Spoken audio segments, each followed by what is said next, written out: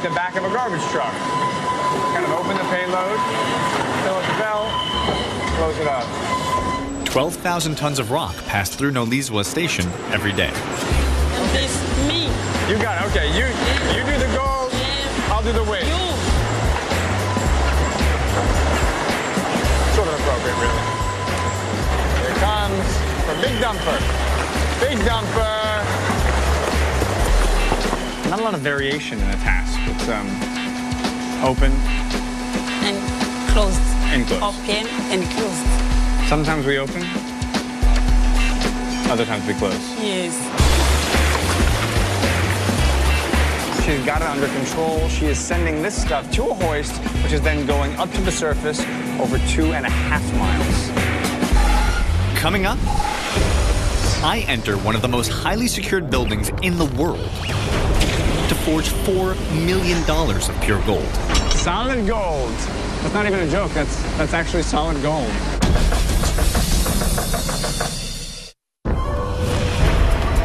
Last year, South Africa's deepest mine produced 13 tons of gold and 2 million tons of ore. Every ounce of gold they mine produces 3 dump trucks of waste.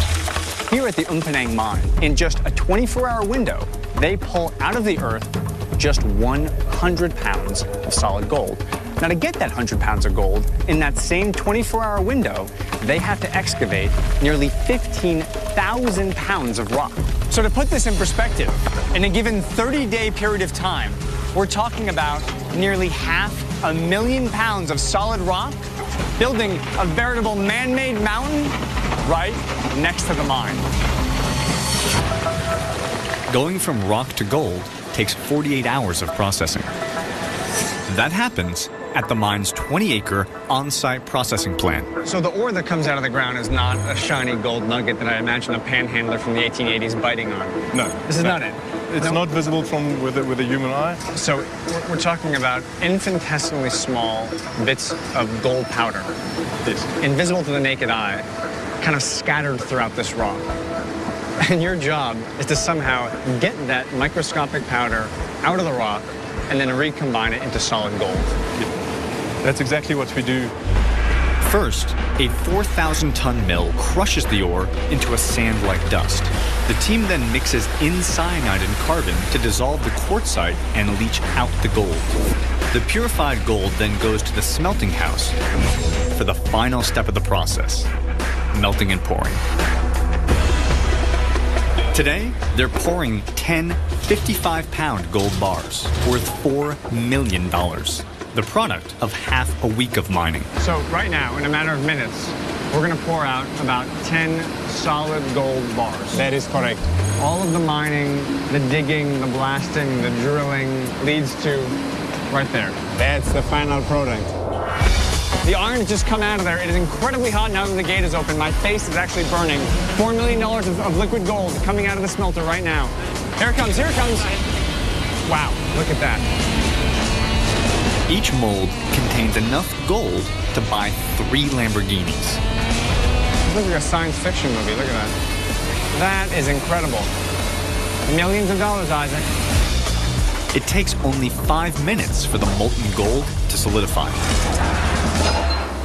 You know when you finish baking a beautiful lasagna and you're about to take it out of the oven, but you're a little nervous you might spill it? Well, this is kind of like that, but a significantly more expensive version. Now, once we've got the gold into the mold, we've got to get the gold out. Flip the gold. Up. And over. Woo.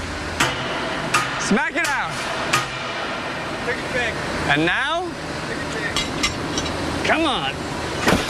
There it is. Solid gold.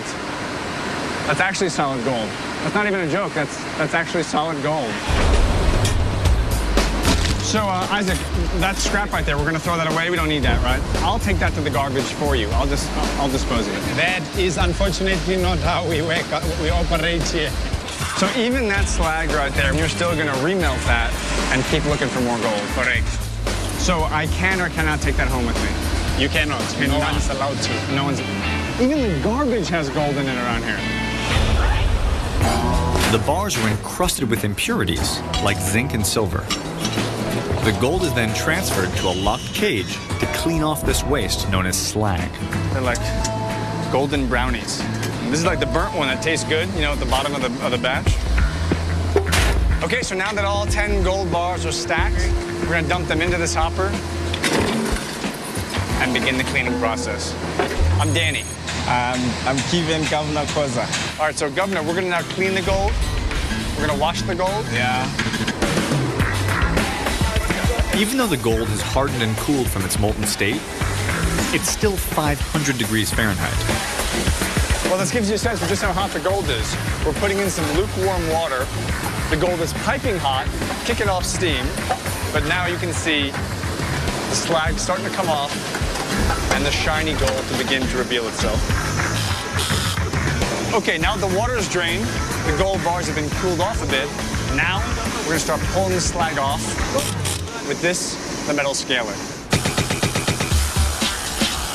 Now, removing these impurities is crucial. The bars have got to be 99% pure before they leave the plant. Governor, what do you think? It's nice, huh? Yeah, it's nice. You see here, it looks so beautiful. Eh? Beautiful, clean, no slag. No slag. Ready to go. Yeah. There it is. The finished product.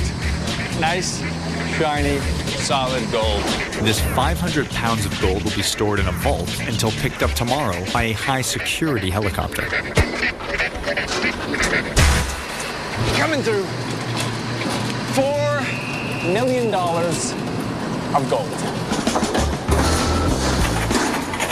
Okay. Well, there we have it.